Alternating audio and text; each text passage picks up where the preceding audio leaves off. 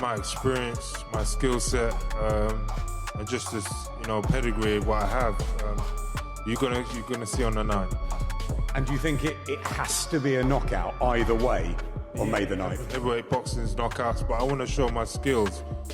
Showcase what maybe you haven't seen before from me, and do it in amazing, devastating fashion. I honestly believe, and I can say this wholeheartedly, Fabio knows I respect him greatly as a person. I really do. But I do think Daniel will flatten him, and I think it will be very, very fast as well. You can't compare the two CVs. Here in the room, I'm very small, but I beat him two times. Really, I really small, but size doesn't matter. No. I thought, yeah.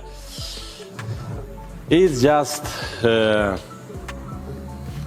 training, hard training, and good pasta. Good pasta. Yes, good pasta, double portion. Now I to go, and it's good. Now it's good. It's нужный, needed. This is needed player. Игрок, that needed player. All we heavyweight who now, I think we have 1-2 years and change. No tables being flipped in this, but also can sense the tension between two guys, one a champion, one a former champion, and two guys that I think generally can hurt each other from the very first bell. So this is going to be a dangerous one. Do we get a nice handshake between the two of you? Of course. Fist bump. Let's go. Why a fist bump over a handshake? Why not? So gentlemen sport. And the reality is that when that bell goes, Said it correctly. when that bell goes, I promise you, Fabio Wardley is going to be in Daniel Dubois' face, and there's nothing that any of you guys Not will when be that able big, to do horrible to jab stop hits his what teeth. Fabio Wardley is going to do to him. Big horrible. But listen, Fabio's a big dangerous puncher, and I'm sure if he hits anybody, he'll knock him out. He's very strong and he carries his power for a long time, so he did really well. I wonder if Fabio Wardley is going to fall for that call out, because one thing about Fabio, he just got the belt. And he wants to prove that he's a legitimate champion, and I think doing so is to beat another one that was a legitimate champion, Daniel Dubois. But what does it mean for Fabio Wardley to be wanted, right? To be sought after? I think it's an opportunity for Fabio Wardley to make some serious cash. Oleksandr Usyk just crashed the Wardley-Dubois press conference and completely destroyed Daniel Dubois in front of everyone. This wasn't just some casual appearance. Usyk reminded the entire room that he already beat Dubois twice, and then boldly backed Fabio Wardley to finish the job. You obviously have a say in this fight as well. Why did you want to go straight into this one after a defeat? Most people have an easier one after a defeat, just to kind of get back on the horse, so to speak. You've gone straight into what many consider the #2 heavyweight in the world. Why have you gone straight there? I think it's perfect for me. This fight, you ain't a southpaw or anything like that. This is the domestic scrap I need. This is, juicy for me. This is proper boxing now. Back at home. I'm coming out southpaw, so he's gonna be. The whole stage went dead silent. You could see Dubois' face change the moment Usyk started talking. This is a former undisputed champion telling the media that Daniel Dubois doesn't have what it takes, and he's putting his reputation behind Wardley. You do wonder, when it comes on top for him, Daniel Dubois, what's up there and does he want it? That's the only real question mark I've got over his career. Obviously, losing to Usyk's no disgrace, but he's a massive puncher, big, hard hitter. And Fabio Wardley has never really been in there. You've got Justice Hooney, you've got Joseph Parker, you've got Fraser Clark. None of them are really bangers, are they? None of them can really punch hard for heavyweights. I'm sure if they hit you on the chin, it'd hurt. But somebody like me who's got a granite chin. But here's where it gets absolutely wild. Dubois nearly flipped the entire table during the face-off. We're talking about a current champion losing his composure in front of cameras because of the psychological pressure. That's not champion behavior. Yeah, a long time ago. Yeah? How long ago? What are we talking? 7 years, 8 years maybe. Do you both remember that? Mm-hmm. How did that sparring go? Not that that means anything come fight night. It's a long time ago. You're a different fighter. How did that go? I went well, but in the early days, he got the better of me. Yeah? I'll say that. I've got no problem with that whatsoever. Do you remember those sparring? Yeah, just like he said. He's come on since then now, so. We've grown a lot since then for both parts. I'm nowhere near the fighter I was that many years ago. And in the fights he's had, he's grown and changed and adapted as well. Like, you have to.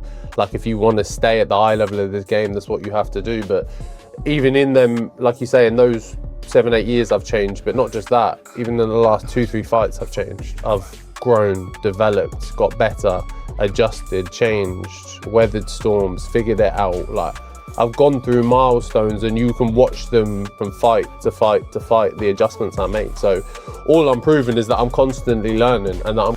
Look at what's happening here. Usyk isn't just giving some random opinion.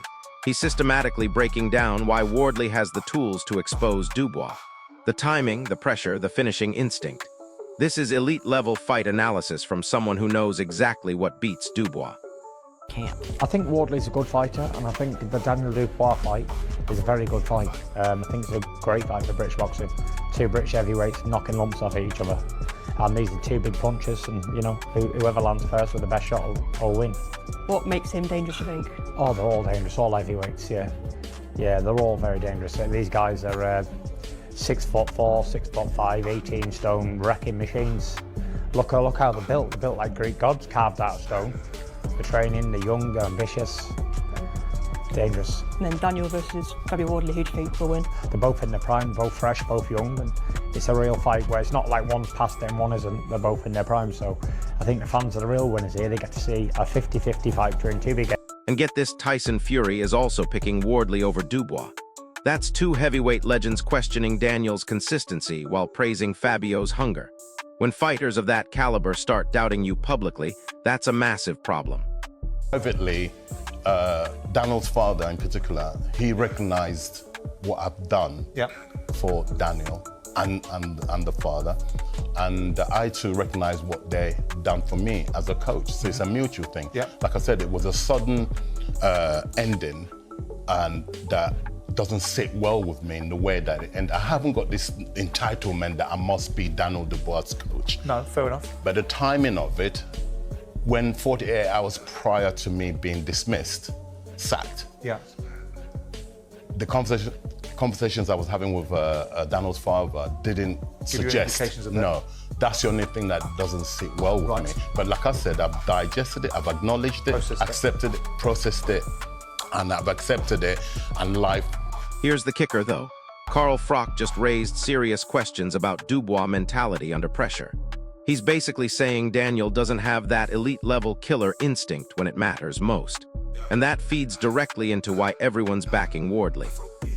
And as you know, in heavyweight boxing, unlike any other weight division, you're one punch from victory, one punch from disaster. So it's not a question of the first one to land, because Dubois... Listen to how Wardley is talking now. This isn't the same fighter from those old sparring sessions. He's speaking like a man who's refined every aspect of his game. The early advantage Dubois had, completely meaningless today. I think Wardley's a good fighter, and I think the Daniel Dubois fight is a very good fight. I think it's a great fight for British boxing. Two British heavyweights knocking lumps off each other. And these are two big punches, and you know, whoever lands first with the best shot will win. What makes him dangerous, you think? Oh, they're all dangerous, all heavyweights, yeah. Yeah, they're all very dangerous. These guys are 6'4", 6'5", 18 stone wrecking machines.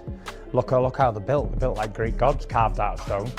The training, the young, the ambitious, dangerous. And then Daniel versus Fabio Wardley, who do you think will win? They're both in their prime, both fresh, both young, and it's a real fight where it's not like one's past it and one isn't. They're both in their prime, so I think the fans are the real winners here. They get to see a 50-50 fight between two big heavyweights. But there's something way bigger happening behind the scenes. The drama in Dubois camp is already leaking into fight night pressure. While his team is dealing with distractions, Wardley looks calm and focused. That's exactly where Fabio thrives. Because Fabio Wardley's a world champion now in his own right. And that 5% I'm just talking to you about, he's 5% better now than what he was before he won the title, because that's what it gives you when you win a world title. Now, he's just beaten Joseph Parker, right?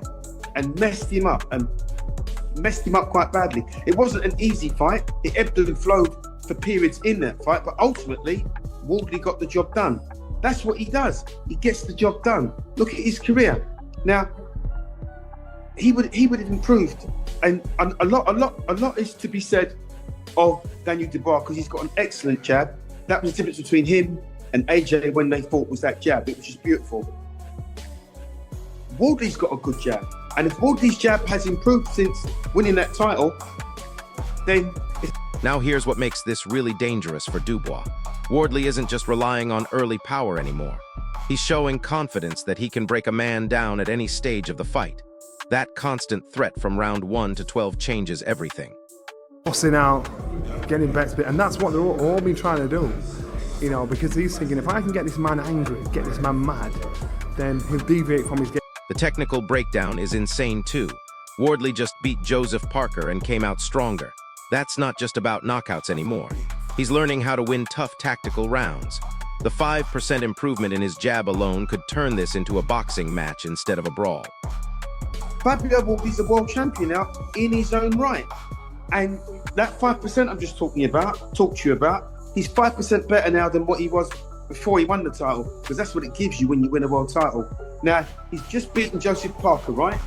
And messed him up quite badly. It wasn't an easy fight. It ebbed and flowed for periods in that fight, but ultimately, Wardley got the job done. That's what he does. He gets the job done. Look at his career. Now, he would have improved, and a lot is to be said of Daniel Dubois, because he's got an excellent jab. That was the difference between him and AJ when they fought, was that jab. It was just beautiful. Wardley's got a good jab, and if Wardley's jab has improved since winning that title, then... And here's what nobody's talking about. The mental warfare is already working. Everyone can see that if Dubois loses emotional control, his entire structure breaks down. Wardley doesn't need chaos. He can wait and punish mistakes all night long. It's all about mindset. Dom recognises that. It's not about the physicalities of Daniel Dubois. Never has been. You know, he's a big, strong guy, and like, if you get his mind right and he's that self-belief there, and that's what Dom will be working on with him. It's not many that should beat him ever. No.